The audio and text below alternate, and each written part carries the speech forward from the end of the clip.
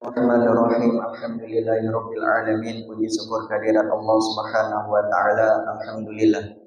Pada subuh hari ini kita masih diberikan kesehatan, nikmat kesempatan yang mana dua nikmat ini, nikmat kesehatan dan nikmat kesempatan merupakan nikmat yang sering dilalaikan oleh kebanyakan orang.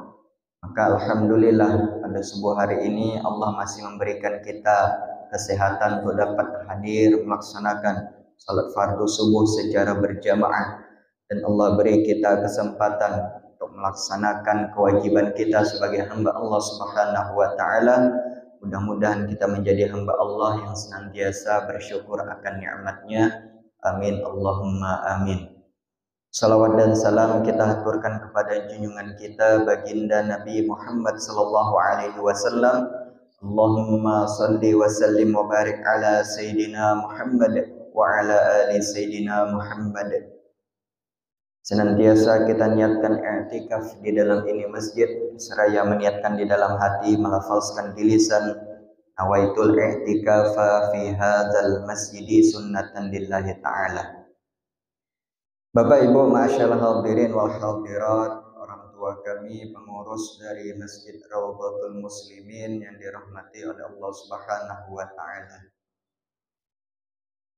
Memasuki daripada ayat yang ke-74 di dalam surah Al-Baqarah. A'udzu billahi minasyaitonir rajim.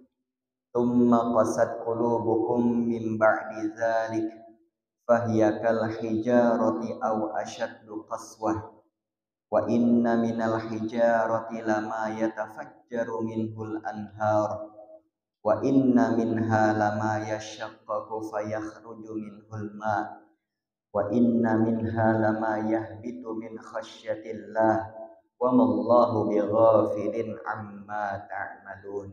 Sadaqallahul azim. Ma'asyiral hadirin wal hadirat rahimakumullah. Maka di ayat yang ke-74 ini Allah Subhanahu wa taala berfirman, "Tsumma qasat qulubukum." Kemudian keraslah oleh hati kamu. Jadi di sini Allah Subhanahu wa taala menyatakan kepada Yahudi yang dikisahkan dalam penduduk Madinah, "Tsumma qasat qulubukum." Kemudian keraslah hati kamu. Bahwasanya ayat ini masih menceritakan tentang kisah Bani Israel setelah mereka diberi akan nikmat-nikmat Allah Subhanahu wa taala. Begitu banyak nikmat yang Allah karuniakan kepada mereka. Kemarin salah satunya bahwasanya mereka diberi akan makanan yang diturunkan dari langit, manna wa salwa, tapi karena mereka mempunyai sifat yang hati keras, senantiasa membangkang bahkan kepada nabinya sendiri, Nabi Musa alaihissalam, maka mereka tidak puas hanya dengan memakan sejenis makanan saja, maka mereka meminta akan makanan-makanan yang lain seperti kacang, bawang merah, bawang putih dan lain sebagainya. Kemudian juga ketika Allah Subhanahu wa taala memerintahkan kepada mereka bahwasanya untuk berpegang teguh kepada kitab suci mereka, yaitu kitab Taurat. Bahkan ketika itu mereka diancam. Apa ancamannya? Allah akan menimpakan mereka akan gunung, yang mana jikalau gunung itu akan menimpa mereka kalau mereka tidak melaksanakan apa yang diperintahkan Allah di dalam Taurat. Di mereka diancam dulu. Dan ketika Allah Subhanahu wa taala memerintahkan juga kepada mereka ketika terjadi sebuah kasus pembunuhan, yang mana kasus pembunuhan ini sebelumnya tidak diketahui siapa yang membunuh daripada seorang anak, yang mana anak ini merupakan anak tunggal dari seorang bapak yang mempunyai harta kekayaan, mempunyai daripada banyak sekali kekayaan yang ia miliki. Maka anak ini dibunuh karena dianggap sebagai satu-satunya orang yang akan mewarisi kekayaan dari ayahnya tersebut. Maka ketika anak ini dibunuh, ya diletakkan di kampung sebelah, maka mereka mendatangi akan Nabi Musa alaihissalam. Salah satunya yang mendatangi Nabi Musa ialah orang yang membunuh tersebut. Orang membunuh tersebut meminta kepada Nabi Musa alaihissalam untuk ditunjukkan siapa yang membunuh daripada anak ini, padahal ia sendiri yang membunuh. Maka Allah Subhanahu wa taala nyatakan di ayat sebelumnya bahwasanya Allah memerintahkan kepada mereka antadbahu baqarah, untuk memerintahkan menyembelih daripada sapi. Maka kalau seumpama kaum Yahudi keturunan dari Bani Israel ini langsung menyembelih daripada sapi tersebut, maka itu sudah mencukupi daripada perintah Allah. Kan tetapi karena sifat mereka senantiasa membangkang, mereka malah bertanya dengan pertanyaan yang tidak semestinya mereka tanyakan. Tujuannya untuk apa? Tujuannya supaya mempersulit, supaya mereka nantinya tidak menyembelih akan yang diperintahkan Allah tersebut. Maka ini termasuk daripada perkara kasratu masailihim, banyak bertanya tentang sesuatu yang sudah jelas-jelas Allah perintahkan. Jadi di dalam agama ini sesuatu yang sudah jelas itu tidak perlu lagi kita pertanyakan. Kenapa sholat maghrib 3 rakaat misalnya? Kenapa sholat subuh 2 rakaat?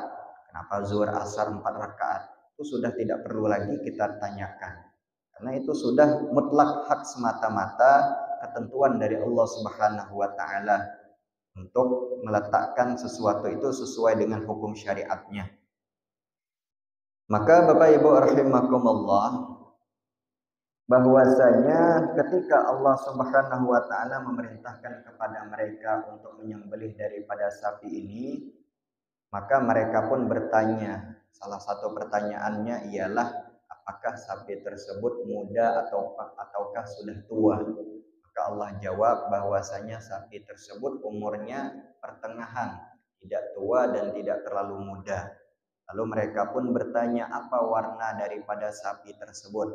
Maka Allah juga menyebutkan bahwasanya warnanya kuning ketua-tuaan seperti warna emas. Tasurun nazirin, menyenangkan ketika orang memandang daripada warna sapi tersebut. Tidak cukup sampai di situ, mereka pun malah bertanya lagi tentang sifat daripada sapi tersebut. Maka Allah juga nyatakan di ayat selanjutnya bahwasanya sapi tersebut belum pernah dipakai untuk membajak sawah, belum pernah dipakai untuk mengairi daripada tanam-tanaman. Tidak ada bekas daripada kulit dari sapi tersebut. Nah, kalau seumpama sapi yang pernah dipakai untuk membajak, ia tidak mau membajak sawah, maka tentu tuannya akan mencambuk daripada sapinya. Ada bekas belang di kulitnya. Maka sapi ini tidak ada bekas belang daripada kulitnya, membuktikan bahwasanya sapi tersebut belum pernah dipakai sekalipun untuk membajak, mengairi tanaman dan lain sebagainya. Maka ketika itu Allah Subhanahu wa taala pun merencanakan akan sebuah keistimewaan, bahwasanya sapi tersebut hanya ada pada seorang Bani Israel, yang mana seorang Bani Israel ini adalah seorang ayah yang sudah tua, yang ia mempunyai anak, yang mana anak tersebut masih kecil. Maka ketika itu ayah ini mewariskan akan seekor sapi tersebut yang masih kecil ketika itu. Maka seorang ayah ini pun juga berdoa kepada Allah di tengah hutan bahwasanya, ya Allah, aku mewariskan akan sapi ini untuk anakku kelak ketika ia sudah dewasa. Maka ayah tersebut tidak lama setelah itu meninggal dunia. Maka anaknya yang masih kecil ketika itu, dia hanya mempunyai seorang ibu. Maka dengan ketaatan seorang anak ini kepada seorang ibunya tadi, karena kesolehannya tadi, karena birrul walidainnya, ketaatannya yang sungguh sangat luar biasa kepada ibunya, maka ketika anak tadi sudah beranjak dewasa, ia pun membagi akan malamnya menjadi sepertiga. Sepertiga malamnya untuk beribadah, sepertiga malamnya untuk tidur, dan sepertiga malamnya untuk menemani ibunya di samping kasurnya. Ini merupakan anak yang soleh. Dan di pagi harinya anak ini pun juga mencari daripada kayu untuk dijual di pasar ketika itu. Maka suatu ketika ibunya pun juga berkata bahwasanya Allah Subhanahu wa taala mewariskan akan kamu melalui daripada ayahmu bahwasanya ada seekor sapi betina yang ayahmu wariskan. Letaknya di mana? Di tengah daripada hutan. Maka ketika engkau menemui daripada sapi tersebut, ciri-cirinya ialah warnanya seperti warna keemasan dari warna kulit sapi tersebut. Asurun nazirin, menyenangkan dipandang oleh mata. Maka ketika engkau menemui sapi tersebut, maka bertawasullah kepada Nabi Ibrahim, Nabi Ismail, dan Nabi Ishak. Maka dengan sendirinya sapi tersebut akan mendatangimu ketika itu. Maka anak itu pun juga mencari ke tengah dari hutan sapi yang dikhabarkan oleh ibunya. Maka dilihatnya ada seekor sapi yang ciri-cirinya sama seperti disebutkan oleh ibunya tadi. Maka ia bertawasul dengan Nabi Ibrahim, Nabi Ismail, dan Nabi Ishak. Maka sapi tersebut datang kepadanya. Dengan izin Allah Subhanahu wa taala, sapi tersebut bisa berbicara. Apa yang dikatakan sapi tersebut? Wahai anak muda, silahkan engkau menunggangiku, karena itu akan memudahkan engkau sampai kepada ibumu. Tapi apa kata pemuda tersebut? Ibuku tidak memerintahkan aku untuk menunggangimu, kan tetapi hanya memerintahkan aku untuk membawamu dari leher. Artinya membawa saja, tidak menunggangi. Maka sapi tersebut pun mengatakan, karena baktinya engkau kepada ibumu, seandainya sebuah gunung engkau perintahkan untuk mendekat kepadamu, niscaya gunung tersebut akan menghampirimu karena ketaatannya kepada orang tuanya. Maka ketika anak itu membawa sapinya kepada ibunya, maka ibunya pun memerintahkan kepada anaknya untuk menjual sapi tersebut dengan harga 3 dirham. Maka kalau dikalkulasikan dirham pada zaman dahulu dengan sekarang itu tidak turun daripada harganya. Tidak seperti misalnya dolar kan naik turun, tidak seperti rupiah misalnya turun. Tapi kalau dinar ini, itu dinar, kalau kita bicara dinar itu sama dengan kepingan emas. Di dinar itu merupakan kepingan emas, kalau dirham itu merupakan kepingan daripada perak. Jadi kalau dikira-kirakan satu dinar itu kurang lebih harganya 3 juta rupiah. Jadi kalau 3 dinar kurang lebih 9 juta rupiah harganya kalau di zaman sekarang. Jadi sapi tersebut dihargai dengan 3 dinar. Maka ketika anak tersebut menjual sapi ke pasar, maka datanglah sosok daripada malaikat yang menyerupai daripada manusia, menawarkan sapi tersebut seharga 6 dirham. Wahai anak pemuda, saya menawarkan sapi tersebut 6 dirham, tapi dengan syarat tanpa ridho ibumu, tanpa ridho daripada ibumu. Maukah engkau menjualnya? Maka anak tadi pun mengatakan, kalau seumpama sapi ini dihargai dengan satu gunung daripada emas, aku jual tanpa ridho ibuku, maka pasti tidak akan aku jual. Maka anak tadi pun pergi menemui ibunya, ada seorang yang ingin membeli sapi ini dengan harga 6 dirham, apakah dijual? Maka ibunya pun menjawab, jual dengan harga 6 dirham. Sampai kepada ke pasar tadi, menemui daripada orang tersebut, maka orang tersebut pun menawar lagi. Kalau kita kan menawar tuh harganya makin murah itu. Misalnya cabai 10.000 semata, tawar 8.000 misalnya. Nah, misalnya kita nawar makin murah, tapi ini malaikat menawar makin mahal. Dari 6 dirham menjadi 12 dirham. Saya akan membeli 12 dirham daripada sapi ini. Nah, maka ketika itu anaknya pun pergi lagi menemui ibunya. Maka ibunya tahu bahwasanya menawar ini bukan manusia, tetapi adalah malaikat yang menyerupai daripada manusia. Maka ibunya pun berkata kepada anaknya, jikalau engkau menemui ia, tanyakan apakah engkau menyuruh kami menjual sapi ini ataukah tidak? Maka ketika anak tersebut kembali lagi ke pasar, maka anak tersebut berkata kepada orang tersebut, ibuku memerintahkan kepadamu apakah sapi ini dijual ataukah tidak. Maka orang tersebut pun yang menyerupai malaikat tadi mengatakan bahwasanya nanti jangan dijual dulu sekarang, akan ada nanti seorang dari Bani Israel yang akan membeli sapi betina ini dengan seharga sekantong kulit yang memenuhi daripada sapi ini. Jadi kalau dikumpulkan itu satu kulit daripada sekulit penuh daripada kulit sapi ini harganya. Seharga kepingan-kepingan emas tadi. Maka tidak lama setelah itu datanglah yang diperintahkan Nabi Musa alaihissalam bahwasanya Bani Israel ini disuruh menyembelih daripada sapi betina dengan ciri-ciri yang mereka tanyakan tadi. Maka mau tidak mau mereka harus membeli daripada sapi tadi. Karena mereka sendiri yang menyulitkan akan diri mereka. Maka dibelilah sapi tadi dengan seharga sekantong penuh daripada kulit sapi tersebut.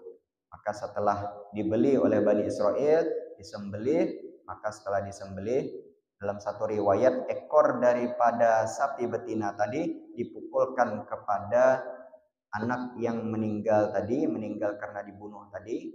Maka setelah dipukulkan, salah satu mukjizat dari Nabi Musa ialah maka anak tersebut hidup kembali.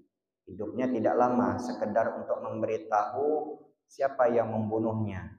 Dalam satu riwayat, dalam keadaan lehernya masih dipenuhi dengan gelumuran darah ketika itu. Nah, setelah bangun diberitahu bahwasanya membunuh ini adalah saudara sepupunya yang ingin memperebutkan daripada harta warisnya. Maka sepupunya tadi pun juga dikisos, ya, dikisos, dibunuh juga, berlaku hukum kisos kepadanya, dan ia pun juga terhalang mendapatkan daripada harta warisan. Itu kurang lebih cerita bahwasanya di dalam kitab yang ditulis oleh para ulama tentang kisah Bani Israel ini berkaitan tentang surah Al-Baqarah yang artinya sapi betina ini. Kemudian Bapak Ibu rahimakumullah, di ayat yang ke-74 ini Allah nyatakan summa qasat qulubukum. Kemudian keraslah hati kamu. Karena Bani Israel ini sudah banyak nikmat-nikmat yang Allah karuniakan kepadanya, tapi mereka senantiasa membangkang, maka Allah kecam akan mereka, summa qasat qulubukum. Keras hati kamu itu menjadi keras. Ulama mengatakan bahwasanya seperti Imam Ibnu Qatadah mengatakan seluruh daripada hati Bani Israel ini keras. Artinya sulit menerima kebaikan itu. Sudah Allah tutup daripada hati mereka dan kebaikan. Jadi ini juga menggambarkan bahwasanya di dalam hadis Nabi SAW, itu ada di dalam kitab hadis Arba'in, ala wa inna fil jasadi mudghah iza saluhat saluhal jasadu kulluh wa iza fasadat fasadal jasadu kulluh ala wahyal qalb. Di dalam diri, kata Nabi, ada segumpal daging yang mana kalau daging itu baik maka baiklah keseluruhannya, tapi apabila daging itu buruk maka buruklah keseluruhannya. Itu adalah hati. Artinya Bapak Ibu rahimakumullah, kalau seorang itu melakukan dosa, itu ada namanya dalam istilah tasawuf ron. Bal rona ala qulubihim ma kanu yaksibun. Setitik noda daripada dosa. Jadi ibaratnya dari kain putih, kita mempunyai satu lembar kain putih, maka kalau setiap hari kita melakukan dosa, ada titik hitam yang menodai daripada kain putih tersebut. Sehingga kalau seorang itu tidak bertaubat kepada Allah, maka kain yang tadinya putih dipenuhi dengan titik-titik tinta daripada hitam pena tadi, maka lama-kelamaan kain yang putih tadi pun juga akan menjadi berwarna hitam. Maka itulah ibarat daripada hati kita. Hati kita ini awalnya bersih, tanpa noda. Makanya hati daripada seorang bayi, seorang balita itu bersih, tidak ada noda sekalipun. Maka apa yang menyebabkan daripada hati tersebut menjadi hitam? Salah satunya ialah dosa-dosa yang pernah kita lakukan selama hidup di dunia. Maka ini contoh daripada Bani Israel.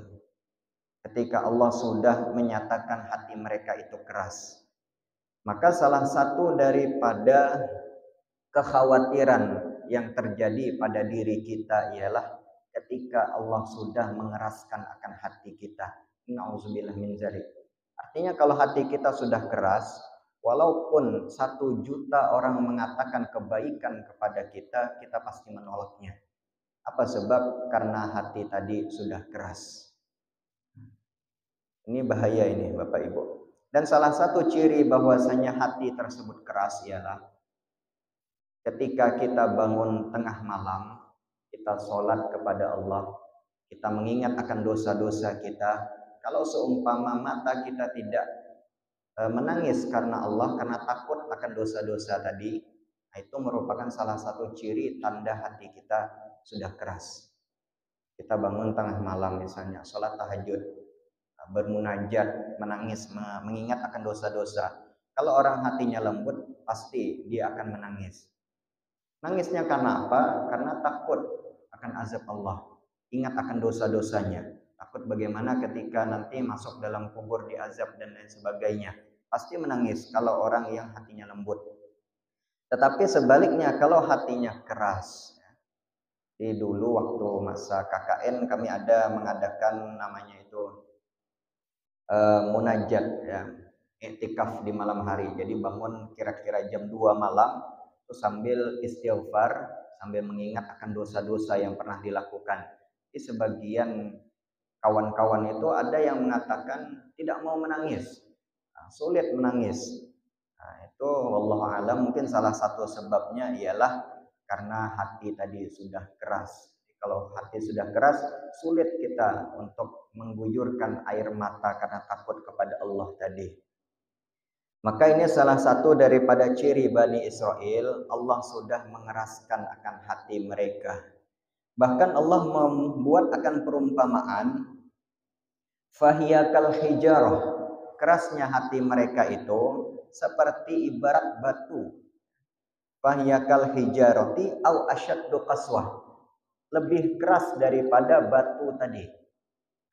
Jadi Bapak Ibu sekalian, kalau kita lihat ya, mana yang lebih keras antara batu dengan besi, maka itu sebagian orang mengatakan yang lebih keras adalah batu.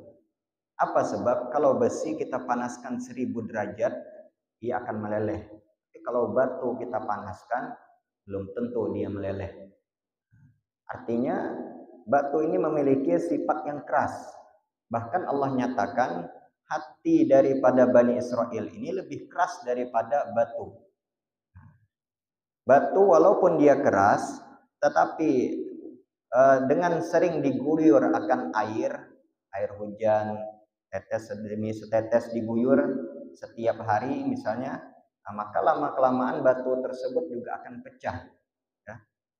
Teringat akan sebuah kisah ulama kita bernama Imam Ibnu Hajar Al-Asqalani. Nah, jadi Imam Ibnu Hajar itu bukan nama aslinya Bapak Ibu. Ibnu Hajar itu kalau kita artikan Ibnu anak Hajar batu, anak batu. Al-Asqalani itu merupakan sebuah tempat yang berada di Palestina dulu. Namanya Asqalan. Jadi kalau ulama dahulu itu dinamakan nisbahnya kepada tempat daerahnya. Nah, seperti Syekh Abdul Qadir Al-Jailani. Tempat kelahirannya ialah desa Al-Jilan. Nah, jadi Al-Jilan itu tempat kelahiran daripada Syekh Abdul Qadir. Begitu juga Ibnu Hajar Al-Asqalani. Tempat kelahirannya ialah sebuah desa bernama Asqalan. Sampai kepada ulama-ulama kita juga sebagian seperti itu. Syekh Ahmad Khatib Al-Minangkabawi dari Minangkabau ya. Siapa lagi? Syekh Abdul Somad Al-Palembangi dari Palembang. Jadi dinisbahkan ulama tersebut ke tempat kelahirannya. Nah, itu supaya lebih dikenal kan ulama tersebut. Dari mana dia berasal? Dari sini, dari sini. Jadi Imam Ibnu Hajar Al-Asqalani ini Bapak Ibu, dia merupakan seorang anak yang rajin di usianya yang masih muda, Imam Ibnu Hajar ini sudah ditinggal wafat oleh ibunya, dan di umur 4 tahun ia pun juga sudah ditinggal wafat oleh ayahnya. Tetapi ia mempunyai daripada hikmah yang kuat, mempunyai semangat menuntut ilmu yang sangat luar biasa. Kan tetapi salah satu kelemahan dari Imam Ibnu Hajar Al-Asqalani ini ialah ketika menghafal sulit dapat. Jadi kita ini ada beberapa tipe orang. Ada orang yang menghafal langsung dapat. Ada orang yang menghafal tapi lambat dapat. Ada juga orang yang menghafal kadang mau dapat misalnya. Ada yang orang menghafal lambat hilangnya, tapi lambat menghafalnya.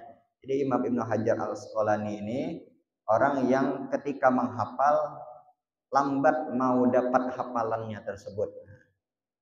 Sampai Imam Ibnu Hajar Al-Asqalani belajar dengan gurunya sampai di umur 40 tahun. Sampai di umur 40 tahun, Imam Ibnu Hajar ini terbesitlah di dalam hatinya sebagai seorang manusia untuk menyerah, untuk tidak lagi belajar kepada gurunya. Kenapa? Karena selama ini menghafal kada dapat. Jadi menyerah, minta izin kepada guru untuk tidak lagi belajar. Maka gurunya pun dengan berat hati mengizinkan Imam Ibnu Hajar ini untuk tidak lagi belajar dengan gurunya. Kalau orang dulu kan tidak ada sekolah, dia belajar itu langsung kepada gurunya langsung. Sampai suatu ketika Imam Ibnu Hajar Al-Asqalani ini di tengah perjalanan diguyur akan hujan. Saking lebatnya hujan tersebut, Imam Ibnu Hajar berteduh di dalam sebuah gua. Maka di pinggir daripada gua tersebut ada batu besar. Dilihatnya batu tersebut diguyur akan hujan setetes demi setetes. Batu yang tadinya besar, lama-kelamaan pun ada bekas daripada lubang karena titikan daripada hujan tersebut.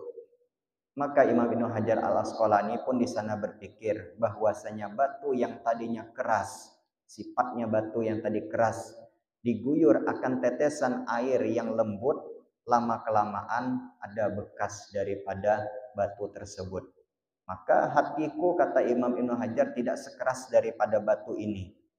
Maka ketika itu Imam Ibnu Hajar pun kembali kepada gurunya, kembali ia menuntut ilmu. Maka dengan himmah semangatnya dalam menuntut ilmu tadi, ia pun juga menjadi ulama yang terkemuka. Salah satu daripada karangan Imam Ibnu Hajar Al-Asqalani ini adalah kitab Fathul Bari.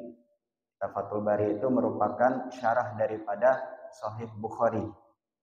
Jadi syarahnya Fathul Bari yang dikarang oleh Imam Ibnu Hajar Al-Asqalani ini. Jadi ini menggambarkan Bapak Ibu sekalian, bahwasanya walaupun kita bisa dibilang umur sudah 40, 50 atau 60, tetapi kalau kita masih ada semangat dalam menuntut ilmu, karena menuntut ilmu itu minal mahdi ilal lahdi, dari buayan sampai liang lahat, tidak ada batasannya. Beda halnya dengan sekolah ya. Kalau sekolah misalnya sampai tamat S1, S2, S3 selesai, tapi yang namanya menuntut ilmu itu tidak ada batasan. Selagi kita masih hidup, maka kita diwajibkan untuk menuntut ilmu.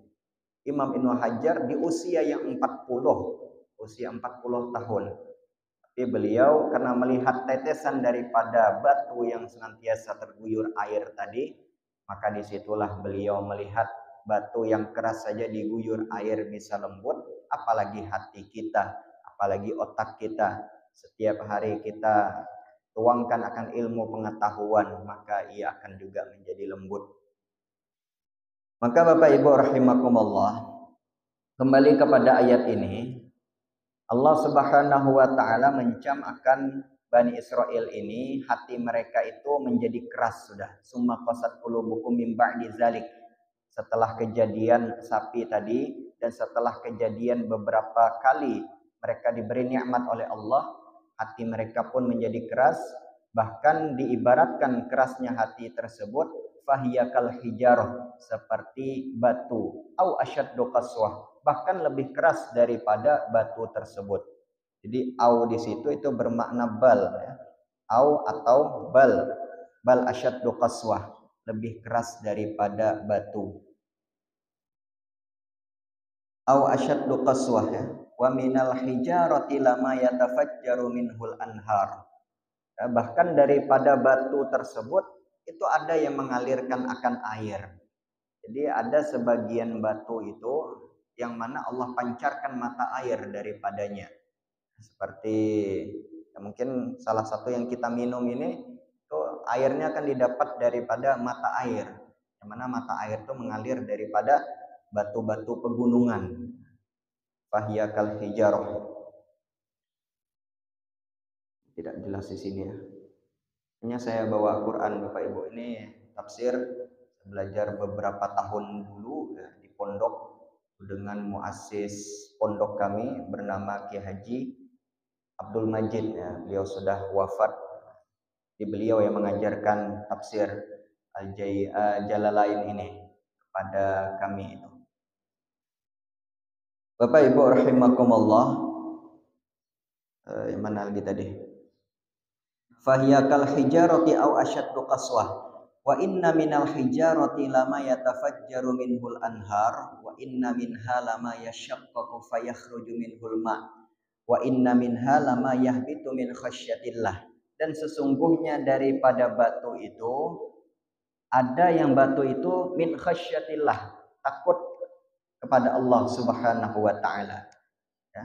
Jadi sebagian daripada ciptaan Allah itu ada yang Allah beri seperti ma'rifat, ada Allah beri sebuah kemukjizatan ya.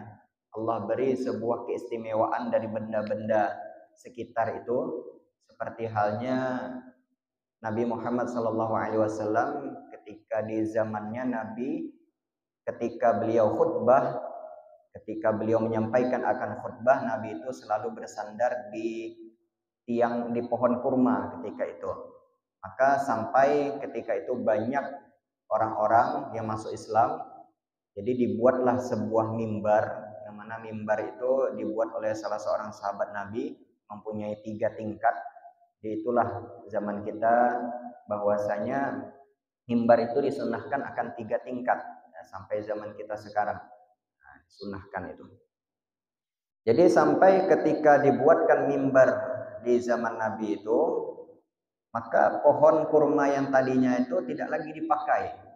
Maka ketika tidak dipakai lagi pohon kurma tersebut, maka terdengarlah isakan tangis daripada pohon kurma tersebut. Nah, sebagian ulama menyatakan suara tangisan tersebut sama seperti kurang lebih suara kambing. Jadi pohon tadi karena tidak dipakai lagi bersandar oleh Nabi itu menangis, terisak-isak. Jadi Nabi mengusapkan tangannya, bahwasanya Nabi mengatakan engkau nanti akan menemaniku di dalam surga. Jadi salah satu pohon daripada pohon surga. Jadi ada benda-benda yang kita anggap selama ini benda mati, itu ada kalanya Allah Subhanahu wa taala memberikan sebuah keistimewaan bisa hidup seperti kita juga. Nah, maka Allah nyatakan di dalam ayat Quran yang lain bahwasanya segala apa yang ada di bumi dan di langit ini semuanya bertasbih kepada Allah Subhanahu wa taala. Di binatang, tumbuhan, batuan itu senantiasa bertasbih kepada Allah. Cuma kita yang tidak mendengar akan tasbih mereka. Nah, itu ada juga yang mengatakan kokokan ayam setiap pagi itu menyatakan bahwasanya tasbihnya mereka ya.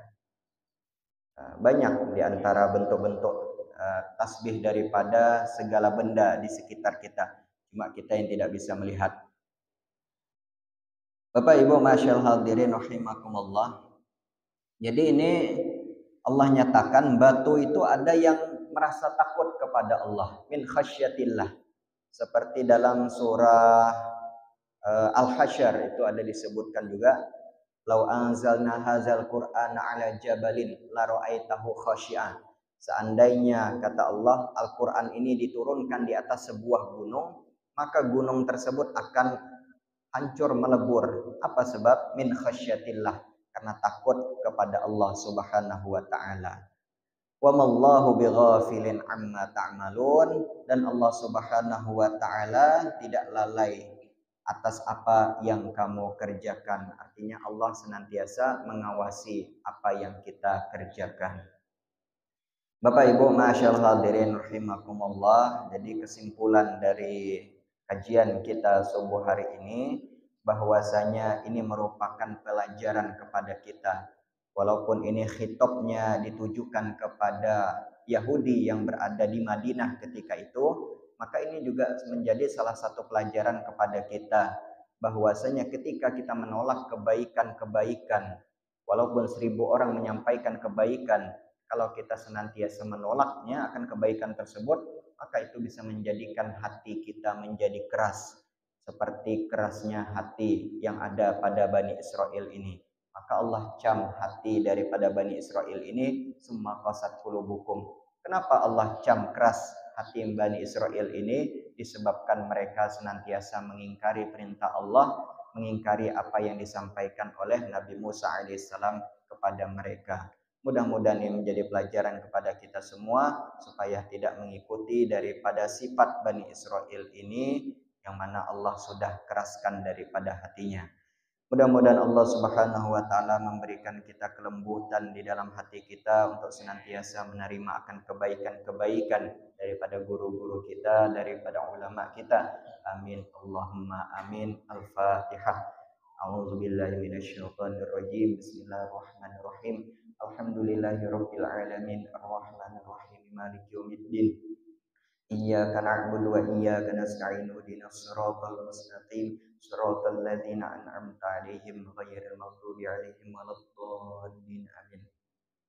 Amin amin bismillahirrahmanirrahim alhamdulillahirabbil alamin Allahumma shalli ala sayidina Muhammad wa ala alihi wa sahbihi ajma'in rabbi zidna ilma wasi'lana fi arzaqina waj'alna mahbuban fi qulubi ibadika wa azizan fi uyunihim waj'alna wajihan fid dunya wal akhirah wa minal muqarrabin ya katsiran nawali hasanal fi'al ya qa'iman bila zawal ya mubdi'an bila mithal falkal hamdu wal minnatu wasyarafu ala kulli hal Rabbana atina fid dunya hasanah wa fil akhirati hasanah wa qina azabannar.